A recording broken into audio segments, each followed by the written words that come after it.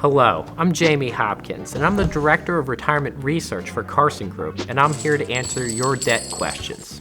He asked us a very fundamental question about debt. It's just, how do we get a firm plan on how to get out of debt?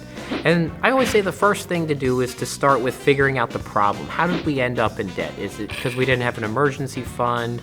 Did we have a medical emergency? Just something out of the ordinary occurred. Then the next thing to do is tackle that high interest debt first. Make sure that that's taken care of, or those debt obligations that could push us off track. So if we're not making our house payments and we lose our house, that could set us back in other ways too. Another useful thing can sometimes be consolidating debt, so actually taking multiple accounts and putting them into one. Sometimes that can actually have a beneficial effect of bringing down your average interest rate across all accounts, so it actually makes your debt obligation less expensive over time. James asked us a question that we hear all the time. How do I increase my credit score? The simple answer, right, is you actually have to have credit lines outstanding. So I've run into people that, have never been behind on payments and also have never had credit cards or any type of debt, and they really don't have credit yet. So you do have to borrow essentially and set up lines of credit to grow your credit score over time. There's a lot of things you can do. The simplest answer though, right, is make sure you make your payments on time and that you do have credit outstanding, and don't cancel those old credit cards. That actually can harm you in the long run too. Megan asked us a common question about, when you have multiple debts outstanding, how do you tackle them? Do you go after the low interest, kind of high amounts first, or the very high interest, low debt amounts first? Generally speaking, from kind of a math standpoint, we would tackle high interest rates first. That's really mathematically the best thing to do.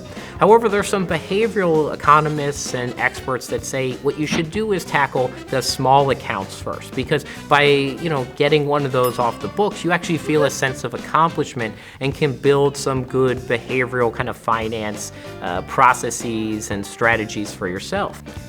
Julia asked us a really good question. And what Julia was wondering is, if I take out a personal loan or some type of loan to pay off a credit card, what should I do with that existing credit card? Well, the short answer is typically leave that credit card alone, right? That closing it could have some negative impacts on your credit rating, so probably keep it open.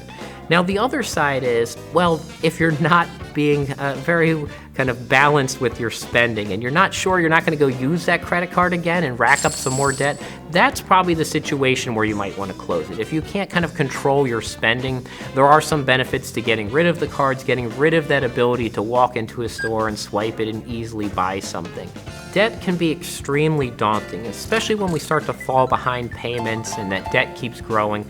But if we're proactive, if we take the time to sit down and review our debt, to review how we got into this situation, and then start with a plan of action to pay it off, to consolidate, to figure out our strategy moving forward, we can take charge again, right? And we can get that sense of fulfillment by paying down debt, by moving forward with our life. We don't have to become a victim of the debt and just kind of give up.